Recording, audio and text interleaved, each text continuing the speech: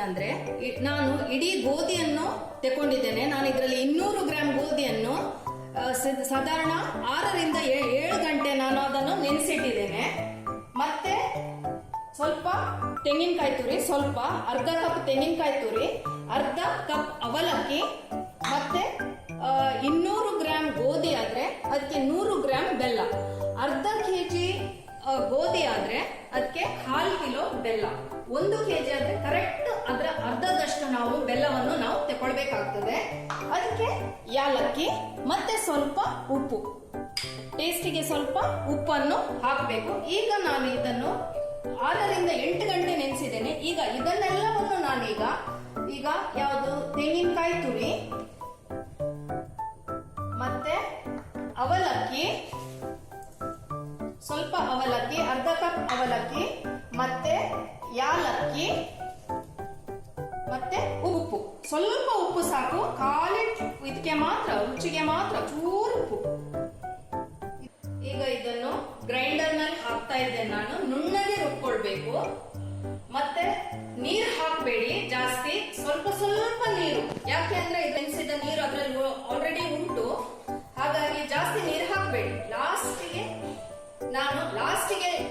ಬೆಲ್ಲ ಹಾಕುವಾಗ ಸರಿ ನೀರು ಬಿಡ್ತದೆ, ಅದರಿಂದ ತುಂಬಾ ತೆಳುವಾಗ್ತದೆ. ಹಾಗಾಗಿ ಫಸ್ಟಿಗೆ ನೀರನ್ನು ಹಾಕ್ಲಿಕ್ಕೆ ಹೋಗಬೇಡಿ, ಲಾಸ್ಟಿಗೆ ನೀರು ಹಾಕಬೇಕು.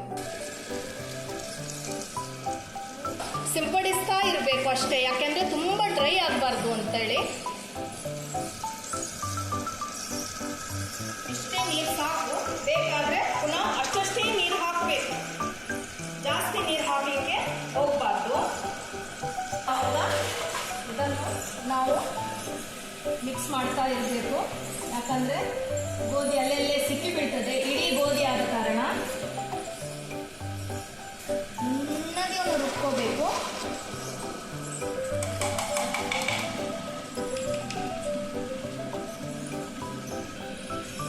ನೋಡಿ, ಈ ಕನ್ಸಿಸ್ಟೆನ್ಸಿಯಲ್ಲಿ ಬರಬೇಕು, ಇಷ್ಟು ನುಣ್ಣಗೆ ಆಗಬೇಕು. ಇಷ್ಟು ನುಣ್ಣಗೆ ಆದ ನಂತರ ಬೆಲ್ಲ ಹಾಕಬೇಕು, 100 ಗ್ರಾಂ ಬೆಲ್ಲ. ನೀವು ಬೇಕಾದ್ರೆ ಜಾಸ್ತಿ ಹಾಕೊಳ್ಬೋದು, ಯೂಶುವಲಿ ಯಾರು ಜಾಸ್ತಿ ಸ್ವೀಟ್ ಇಷ್ಟಪಡೋದಿಲ್ಲ ಅಂತೇಳಿ ಅದರ ಅರ್ಧದಷ್ಟು ಹಾಕೋದು.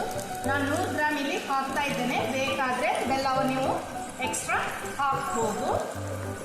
ಈಗ ಸರಿ ನೀರು ಬಿಡ್ತದೆ, ಅದಕ್ಕೋಸ್ಕರ ನಾನು ನಿಮಗೆ ಹೇಳಿದ್ದು ಜಾಸ್ತಿ ನೀರು ಹಾಕಬೇಡಿ ಅಂತೇಳಿ.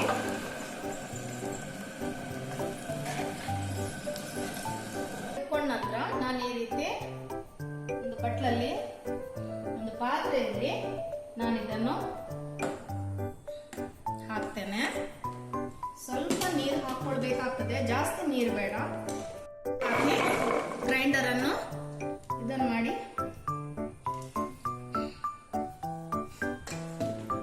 ಗ್ರೈಂಡರ್ ಅನ್ನು ಚಂದದಲ್ಲಿ ತೊಳೆದು, ಇಷ್ಟು ಸಾಕು, ಇಷ್ಟು ಕನ್ಸಿಸ್ಟೆನ್ಸಿಯಲ್ಲಿ ಬರಬೇಕು. ನೇಯಪ್ಪದ ಹಿಟ್ಟು ಬ್ಯಾಟರ್ ಹೀಗೆ ಬರಬೇಕು ನೋಡಿ, ಈ ರೀತಿ. ಇಷ್ಟೇ ಸಾಕು, ಇನ್ನು ನೀರು ಬೇಡ.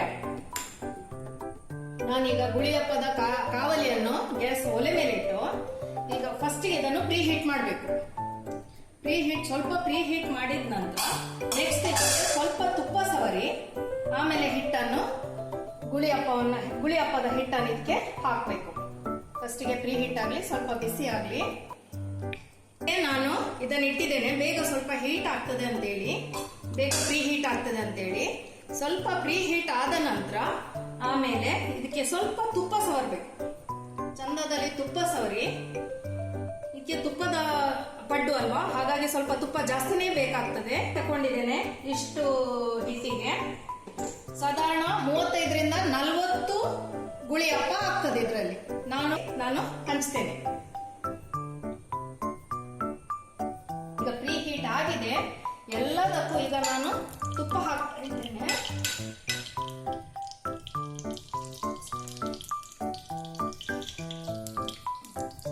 ಈ ರೀತಿ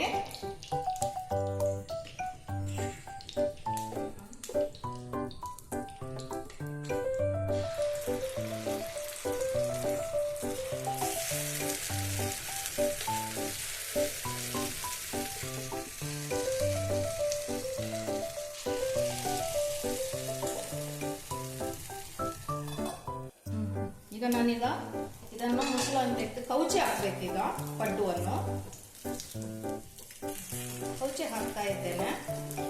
ಒಂದೊಂದೇ ಪಡ್ಡುವನ್ನು. ಇಂಥ ಸ್ಪೂನ್ ಇದ್ರೆ ನಿಮಗೆ ಪಡ್ಡು ಕೌಚೆ ಹಾಕ್ಲಿಕ್ಕೆ ಸುಲಭ ಆಗ್ತದೆ.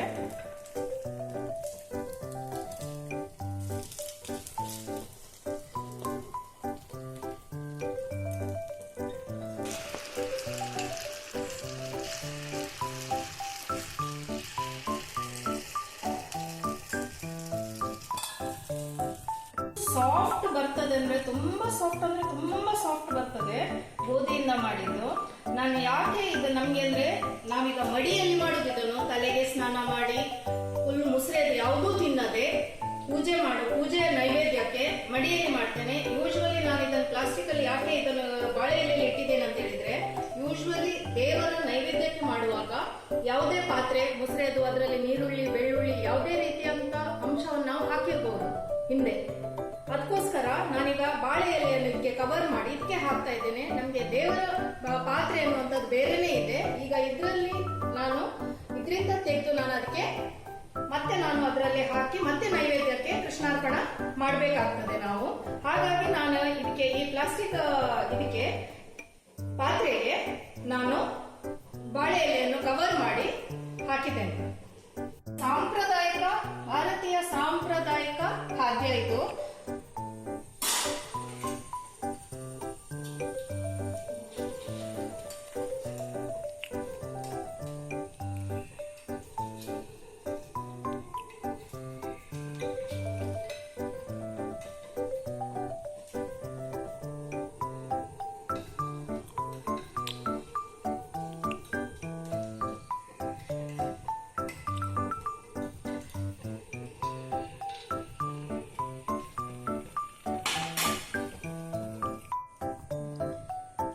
ನಿಮ್ಗೆ ತುಪ್ಪದ ಹುಳಿಯಪ್ಪ ಈಗ ರೆಡಿ ಆಗಿದೆ.